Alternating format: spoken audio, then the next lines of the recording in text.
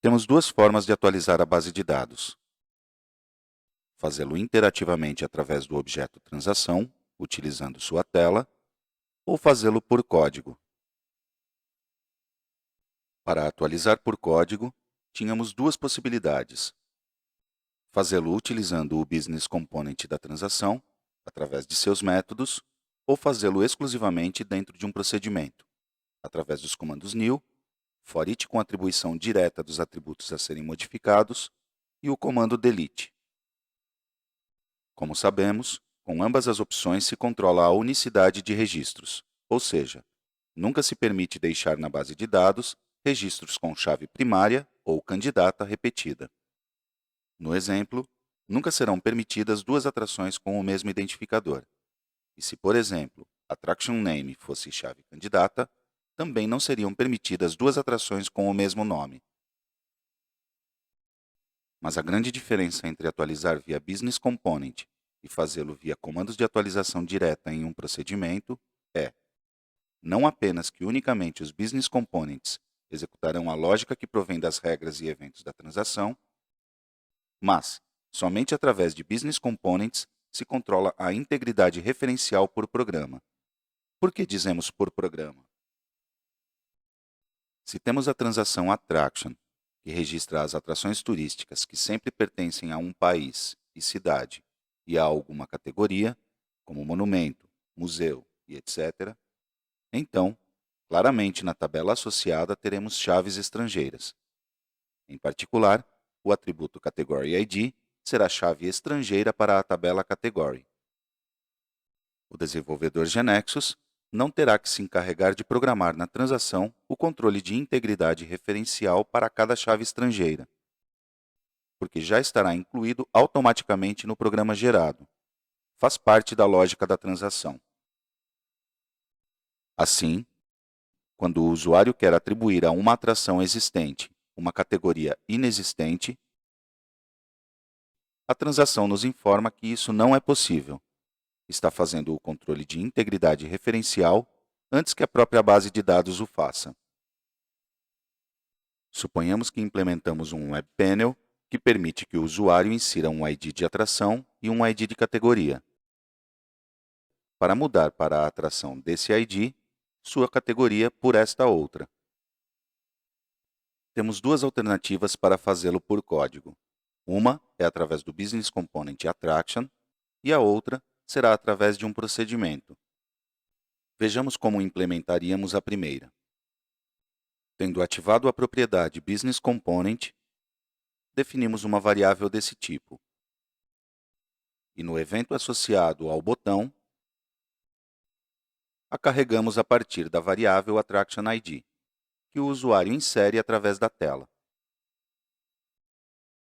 Se existe, ou seja, o load não falha, então trocamos a categoria pela ingressada pelo usuário e tentamos atualizar. Isso funcionará como a transação, uma vez que o código associado a esse método update irá verificar a existência dessa categoria para, em seguida, enviar a ordem de atualização para a base de dados. E como esse código descobrirá que não existe essa categoria, não chegará a fazer a tentativa de atualização na base de dados. Devolverá false e executará o else. Testemos em execução.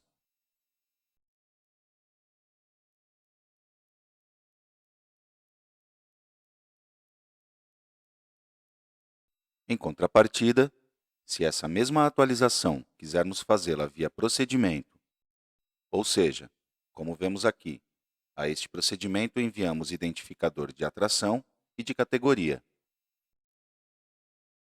E nele, busca-se a atração e atualiza-se diretamente a categoria. Quando executarmos com uma categoria inexistente, ocorrerá uma exceção de base de dados. E o usuário terá que encarar esta tela tão pouco amigável.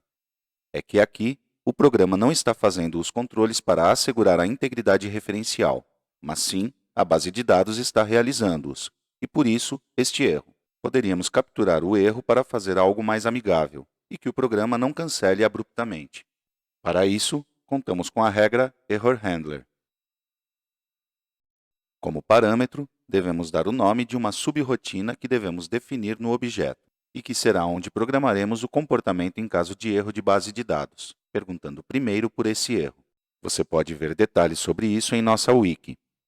Também temos a possibilidade de eliminar as declarações de integridade referencial na base de dados, para que esta não realize os controles. Não é muito aconselhável, mas para aqueles casos que necessitam, contamos com esta propriedade no nível do Data Store. Por padrão, então, se não modificamos essa propriedade, a integridade referencial poderá ou não ser controlada programaticamente, mas sempre será por base de dados. No entanto, tínhamos visto um caso em que se permitia um valor de chave estrangeira inexistente. É que, estritamente falando, não se tratava de um valor. Era quando permitíamos que a chave estrangeira fosse nula. Como indicávamos à base de dados que para uma chave estrangeira iríamos permitir isto?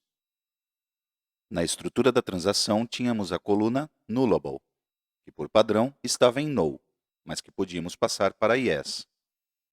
Isto fazia com que, quando executávamos a transação e deixávamos vazio o identificador de categoria, não só o programa não controlava a integridade referencial, como também não o fazia a base de dados. No entanto, se tentarmos fazer o mesmo, mas através do Business Component, está nos dando basicamente a mesma exceção de base de dados que antes, por falha de integridade referencial.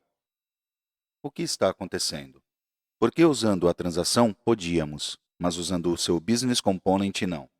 É que o valor vazio e o nulo são duas coisas diferentes, muito diferentes. O valor vazio é um valor. Dependendo do tipo de dados, será um dos valores possíveis desse tipo. Assim, se o tipo for numérico, o valor vazio é o zero. As bases de dados têm especificados quais são os valores vazios de acordo com cada tipo de dados. Mas o nulo, ou null, estritamente falando, não é um valor. De fato, é um não valor. Dizer que category ID é null é o mesmo que dizer que seu valor não está especificado, que não é conhecido. Não é o mesmo que dizer que é vazio. Portanto, para as bases de dados, vazio e nulo são duas coisas muito diferentes.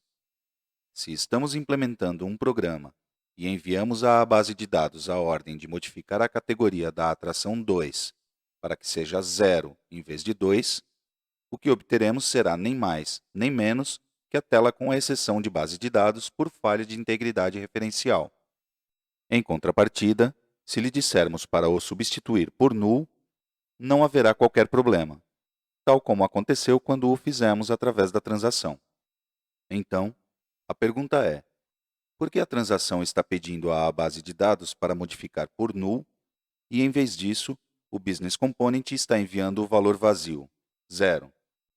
É que se observamos as propriedades do atributo chave estrangeira, category ID, vemos que há uma de nome NullsInForms, que tem, por padrão, o valor empty as null. Isto significará que se o atributo aceitar nulos, como é o caso, então, toda vez que se deixe vazio o valor no form, se considere que é null quando se envia à base de dados, e não vazio. Mas isto não vale quando fazemos a atualização através do Business Component, que não tem um form. Portanto, se esta variável category ID está vazia, este elemento ficará com o valor vazio, e não nulo. E é por isso que a integridade referencial falha ao tentar a atualização. Temos que especificar o nulo se a variável estiver vazia. Temos duas maneiras de fazer isto. Ou o fazemos a nível local, só aqui, ou fazemos o mesmo mapeamento que obtém a propriedade do atributo, mas, desta vez, válido também no Business Component, onde quer que se use. Para o primeiro, conseguirá ao especificar que se a variável category ID estiver vazia, ao elemento do Business Component lhe configure o nulo.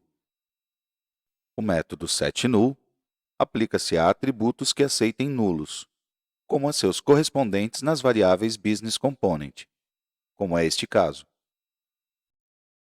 Se testarmos agora,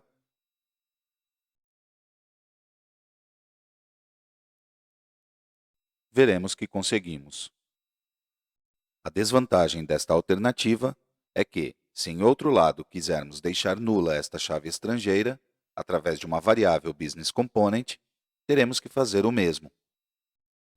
A outra opção, mais geral que dissemos, é incorporar este setNull como regra na transação. Aqui, o removemos então. E vamos à transação e especificamos que atribua nulo ao atributo quando seu valor for deixado vazio.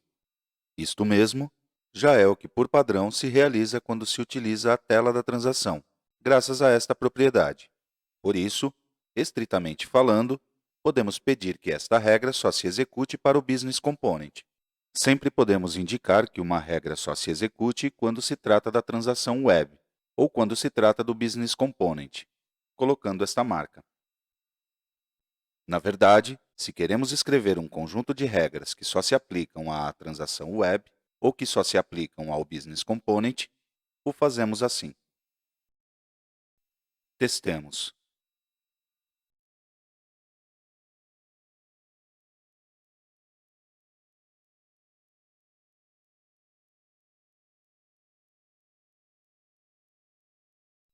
Vemos que efetivamente é outra solução.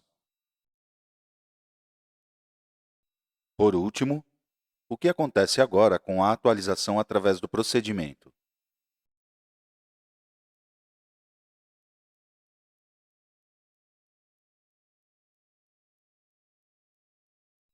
Temos exatamente o mesmo problema.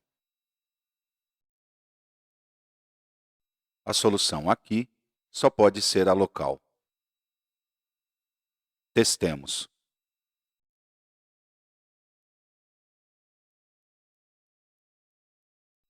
E vemos que conseguimos.